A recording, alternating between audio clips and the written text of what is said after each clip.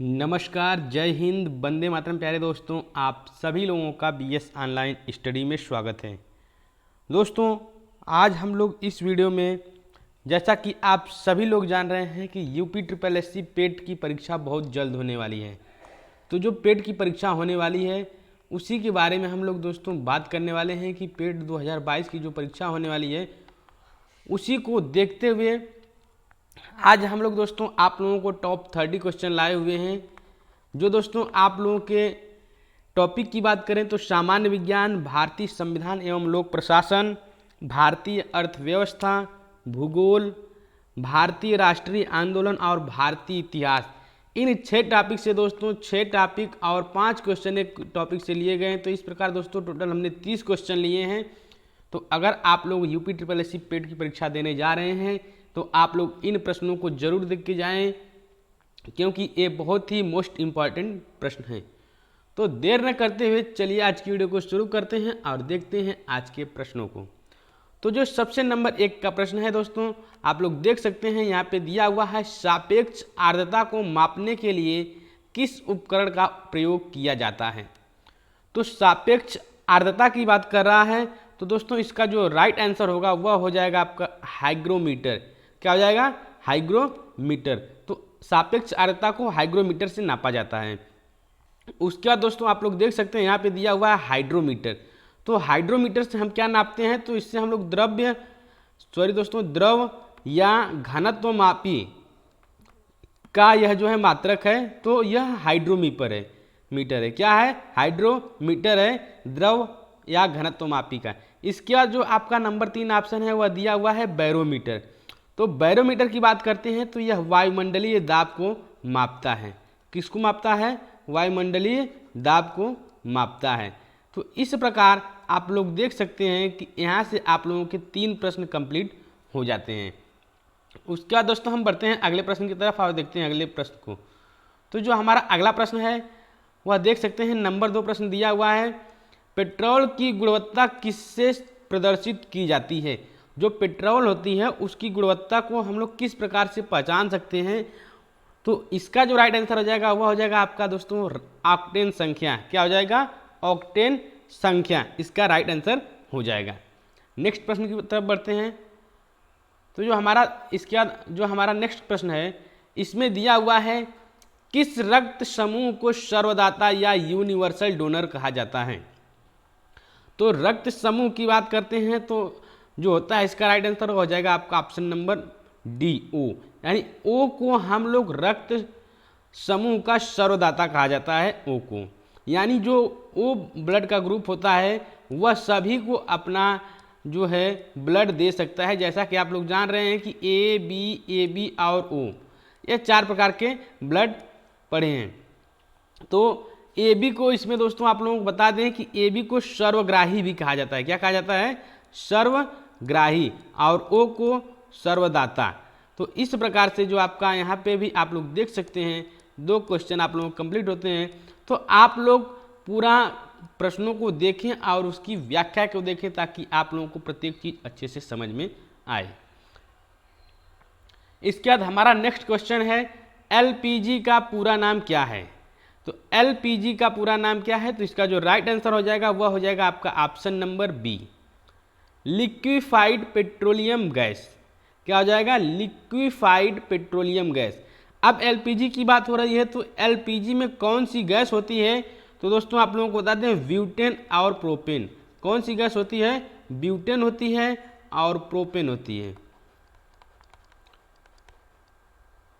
तो एलपीजी में ब्यूटेन और प्रोपेन गैस पाई जाती है। अब बढ़ते हैं नेक्स्ट प्रश्न की तरफ और देखते हैं अपने अगले प्रश्न को। हमारा जो अगला प्रश्न है वह है, 1 प्रकाश वर्ष का मान कितना होता है। तो 1 प्रकाश वर्ष की बात हो रही है तो इसका जो आप लोगों का राइट आंसर हो जाएगा वह हो जाएगा आपका 9.46 गुणे 10 की पावर 15 मीटर। यानी ऑप्शन नंबर सी आप लोगों का जो है सही हो जाएगा। दोस्तों यहाँ पे देख सकते हैं आप, 1 प्रकाश वर्ष की बात की जा रही है। तो जो प्रकाश वर्ष होता है उस प्रकाश वर्ष का क्या मापक होता है? तो प्रकाश वर्ष किसका मात्रक होता है? बात करें तो प्रकाश वर्ष दूरी का मात्रक होता है। किसका मात्रक होता है? तो दूरी का मात्रक होता है प्रकाश वर्ष। बढ़ते हैं दोस्तों अगले प्रश्न की तरफ और देखते हैं अपने अगले प्रश्न को। अभी हमारा जो अगला प्रश्न है वह दिया हुआ है, श्रीमती एनी बेसेंट कांग्रेस की अध्यक्ष कब निर्वाचित हुई थी। तो श्रीमती एनी बेसेंट की बात हो रही है, तो इसका जो राइट आंसर हो जाएगा वह हो जाएगा आपका ऑप्शन नंबर बी, कलकत्ता अधिवेशन 1917। कब हुई थी? कलकत्ता के अधिवेशन 1917 में हुई थी श्रीमती एनी बेसेंट। और किसकी अध्यक्ष हुई थी? तो कांग्रेस की। तो कांग्रेस की बात है तो दोस्तों भारतीय राष्ट्रीय कांग्रेस की स्थापना की बात करते हैं, तो भारतीय राष्ट्रीय कांग्रेस की स्थापना 1885 ईस्वी में हुई थी। कब हुई थी? 1885 ईस्वी में हुई थी। और किसके निर्देशन में हुई थी? तो A.O. ह्यूम के निर्देशन में हुई थी। किसके? A.O. ह्यूम के निर्देशन में जो है भारतीय राष्ट्रीय कांग्रेस की स्थापना सन 1885 ईस्वी में की गई थी। बढ़ते हैं दोस्तों नेक्स्ट प्रश्न की तरफ। हमारा जो अगला प्रश्न है वह है, बंगाल का विभाजन कब हुआ था। बंगाल का विभाजन कब हुआ था? तो जो इसका राइट आंसर हो जाएगा वह हो जाएगा आपका ऑप्शन नंबर ए, 15 अक्टूबर 1905। कब हुआ था? 15 अक्टूबर 1905 को जो है बंगाल का विभाजन हो गया था। बंगाल विभाजन की बात हो रही है तो बंगाल विभाजन के समय भारत का वायसराय की बात करते हैं, तो उस समय आपका जो वायसराय थे वह कौन थे? लॉर्ड कैनिंग थे। कौन थे? तो लॉर्ड कैनिंग जो है जब बंगाल का विभाजन 15 अक्टूबर 1905 ईस्वी को हुआ तो उस समय वहाँ भारत के वायसराय कौन थे? तो लॉर्ड कैनिंग थे। बढ़ते हैं नेक्स्ट प्रश्न की तरफ। हमारा जो नेक्स्ट प्रश्न है यह दिया हुआ है, अनुशीलन समिति का संबंध किससे है। अनुशीलन समिति, तो इसका जो आप लोगों का राइट आंसर हो जाएगा वह हो जाएगा दोस्तों पी मित्रा। क्या हो जाएगा? पी मित्रा। तो अनुशीलन समिति की स्थापना दोस्तों इसको कई लोगों ने मिलकर किया था, जैसे पी मित्रा, वारिंद्र घोष और भूपेंद्र दत्त। यह 3 लोग थे जिनके सहयोग से 1902 ईस्वी में दोस्तों जो पश्चिम बंगाल में पड़ता है, कहाँ पड़ता है? पश्चिम बंगाल में यह पड़ता है। और उन्हीं के इन तीनों लोगों के सहयोग से जो है स्थापना जो है अनुशीलन समिति की गई थी। कब की गई थी? 1902 ईस्वी में की गई थी पश्चिम बंगाल में। पश्चिम बंगाल में एक राज्य है मिदिनापुर। क्या है? मिदिनापुर। तो वहीं पे जो है इनकी स्थापना यानी अनुशीलन समिति की स्थापना पी मित्रा के द्वारा की गई थी। इसके बाद दोस्तों जो हमारा नेक्स्ट प्रश्न है वह है, भारत में गरम दलीय आंदोलन का पिता किसे कहा जाता है। तो भारत में गरम दलीय की बात हो रही है, तो गरम दलीय की जो का पिता कहा जाता है वह बाल गंगाधर तिलक को कहा जाता है। किसको कहा जाता है? बाल गंगाधर तिलक को जो है गरम दलीय आंदोलन का पिता कहा जाता है।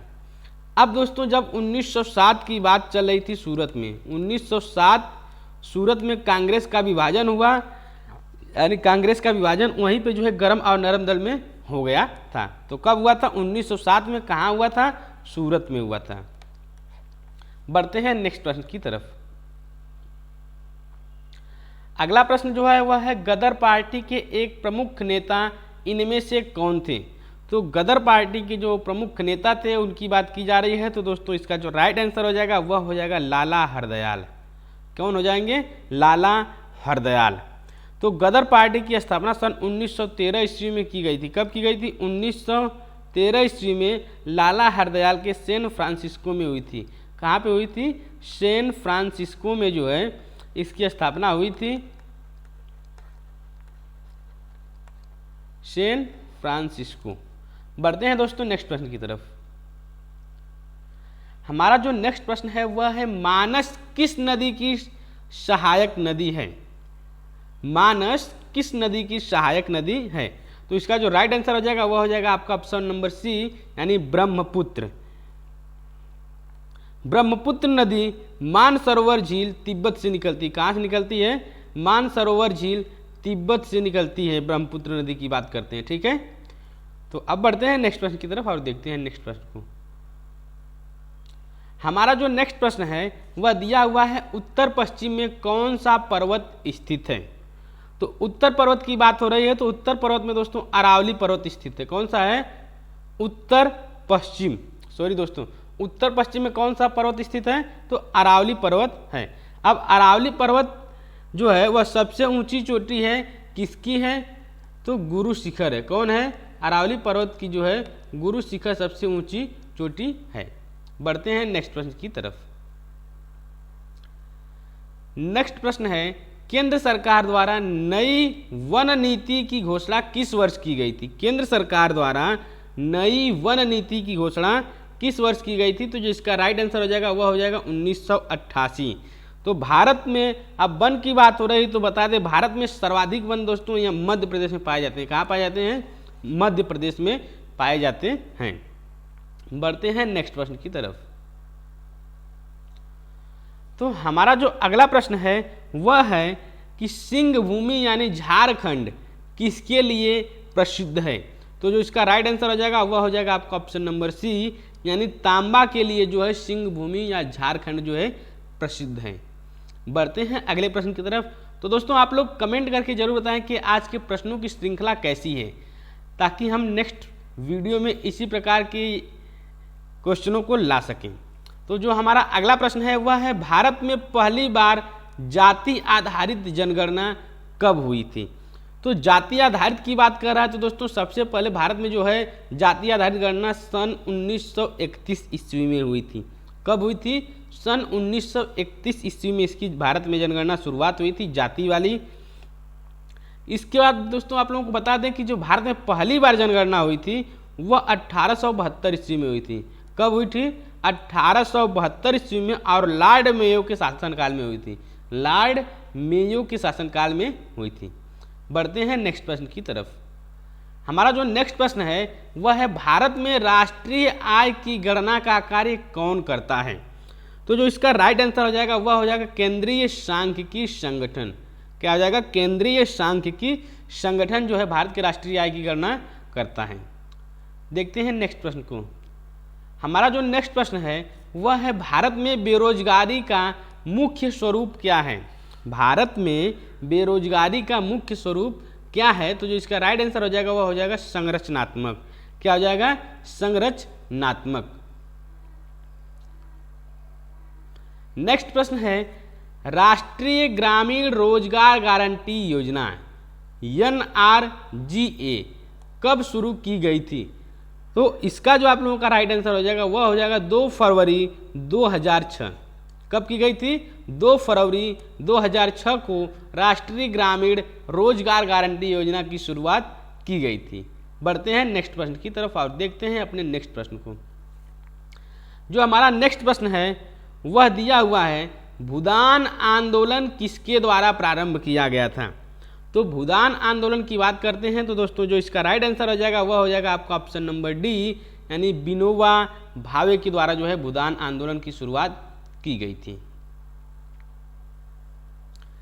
नेक्स्ट प्रश्न है, राष्ट्रीय विकास परिषद का पदेन अध्यक्ष कौन होता है? तो राष्ट्रीय विकास परिषद की बात कर रहा है तो जो इसका राइट आंसर हो जाएगा वह हो जाएगा आपका प्रधानमंत्री। कौन करता है? तो प्रधानमंत्री करता है। बढ़ते हैं अगले प्रश्न की तरफ और देखते हैं आज के अगले प्रश्नों को। नेक्स्ट प्रश्न है दोस्तों मोस्ट इंपॉर्टेंट प्रश्न है, संविधान सभा की प्रथम बैठक कब हुई थी? संविधान सभा की प्रथम बैठक कब हुई थी? तो दोस्तों जो इसका राइट आंसर हो जाएगा वह हो जाएगा 9 दिसंबर 1946 ईस्वी को जो है संविधान सभा की प्रथम बैठक हुई थी। और संविधान सभा के जो उस समय अस्थायी अध्यक्ष थे वह कौन थे? तो इसका राइट आंसर हो जाएगा दोस्तों सच्चिदानंद सिन्हा। कौन थे? सच्चिदानंद सिन्हा जो है संविधान सभा के अस्थायी अध्यक्ष उस समय थे। बढ़ते हैं नेक्स्ट प्रश्न की तरफ। हमारा जो नेक्स्ट प्रश्न है वह है, संविधान सभा में राष्ट्रगान को कब स्वीकार किया गया? तो संविधान सभा में राष्ट्रगान को 24 जनवरी 1950 को किया गया था। कब किया गया था? 24 जनवरी 1950 को संविधान सभा में राष्ट्रगान को स्वीकार किया गया था। तो दोस्तों बात हो रही है राष्ट्रगान की, तो राष्ट्रगान को दोस्तों आप लोगों को बता दें कि आप लोगों को टोटल 52 सेकेंड में जो है राष्ट्रगान को गाया जाता है। कितने सेकेंड में? 52 सेकेंड में राष्ट्रगान को गाया जाता है। बढ़ते हैं नेक्स्ट प्रश्न की तरफ और देखते हैं अपने अगले प्रश्न को। अगला प्रश्न है दोस्तों, संपत्ति के अधिकार को किस संविधान संशोधन द्वारा हटा दिया गया था? संपत्ति के अधिकार को किस संविधान संशोधन द्वारा हटा दिया गया था? तो जो इसका राइट आंसर हो जाएगा वह हो जाएगा 44वें संविधान संशोधन। और यह संशोधन कब हुआ था? तो सन 1978 ईस्वी में हुआ था। कब हुआ था? सन 1978 ईस्वी में जो है संविधान संशोधन हुआ था 44वां, जिसमें संपत्ति के आधार को संशोधित करके हटा दिया गया। बढ़ते हैं नेक्स्ट प्रश्न की तरफ। तो हमारा जो अगला प्रश्न है, राष्ट्रपति पर महाभियोग का आरोप संसद के किस सदन द्वारा लगाया जाता है? तो राष्ट्रपति पर महाभियोग की बात हो रही है, तो जो इसका राइट आंसर हो जाएगा वह हो जाएगा कि या तो आप लोकसभा या राज्यसभा किसी भी सदन में जो है राष्ट्रपति के ऊपर महाभियोग का आरोप लगा सकते हैं। अब दोस्तों बात हो रही है महाभियोग की, तो महाभियोग किस अनुच्छेद के अंतर्गत लगाया जा सकता है? तो इसका जो राइट आंसर हो जाएगा वह हो जाएगा अनुच्छेद 61 के अंतर्गत। किसके अंतर्गत? अनुच्छेद 61 के अंतर्गत दोस्तों जो है महाभियोग लगाया जा सकता है राष्ट्रपति के ऊपर। अगला प्रश्न है दोस्तों, केंद्र सरकार की प्रथम विधि अधिकारी कौन होता है? यानी केंद्र सरकार का प्रथम विधि अधिकारी कौन होता है? तो जो इसका राइट आंसर हो जाएगा वह हो जाएगा दोस्तों महाधिवक्ता। कौन हो जाए? सॉरी दोस्तों, महाधिवक्ता नहीं होगा। केंद्र सरकार का जो प्रथम विधि अधिकारी की बात कर रहा है, तो इसका जो राइट आंसर हो जाएगा वह हो जाएगा महान्यायवादी। क्या हो जाएगा? महान्यायवादी। अब दोस्तों महान्यायवादी की बात होती है, तो महान्यायवादी की जो नियुक्ति करता है वो किसके द्वारा की जाती है? तो राष्ट्रपति के द्वारा जो है महान्यायवादी की नियुक्ति की जाती है। बढ़ते हैं नेक्स्ट प्रश्न की तरफ। हमारा जो नेक्स्ट प्रश्न है वह है, किस हड़प्पाकालीन स्थल से जुताई वाले क्षेत्र के साक्ष्य तथा कृषि संबंधित अवशेष मिले हैं?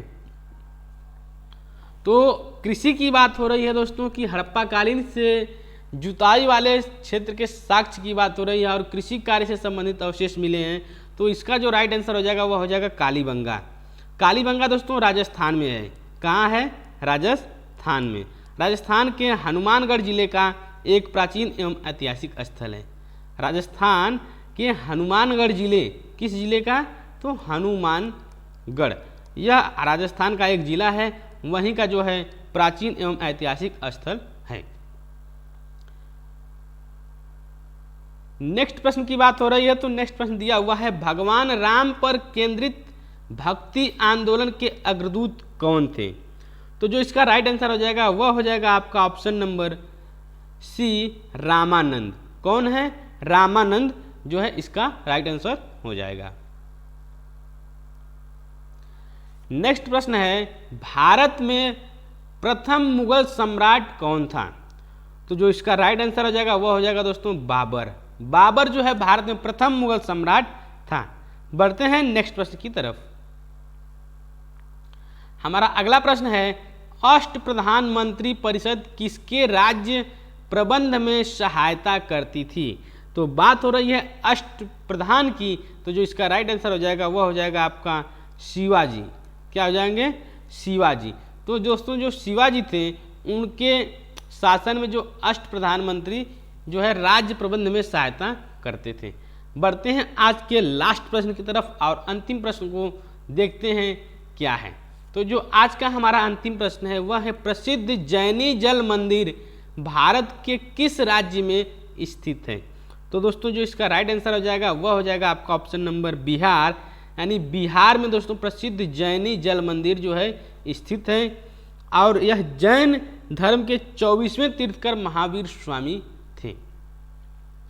तो आज के टॉप 30 प्रश्न आप लोगों को कैसे लगे आप लोग वीडियो में कमेंट करके जरूर बताएं और ऐसे ही लेटेस्ट वीडियो के लिए आप लोग चैनल को सब्सक्राइब करें और इस वीडियो को अपने सभी जो दोस्तों को शेयर करें और वीडियो को लाइक करें।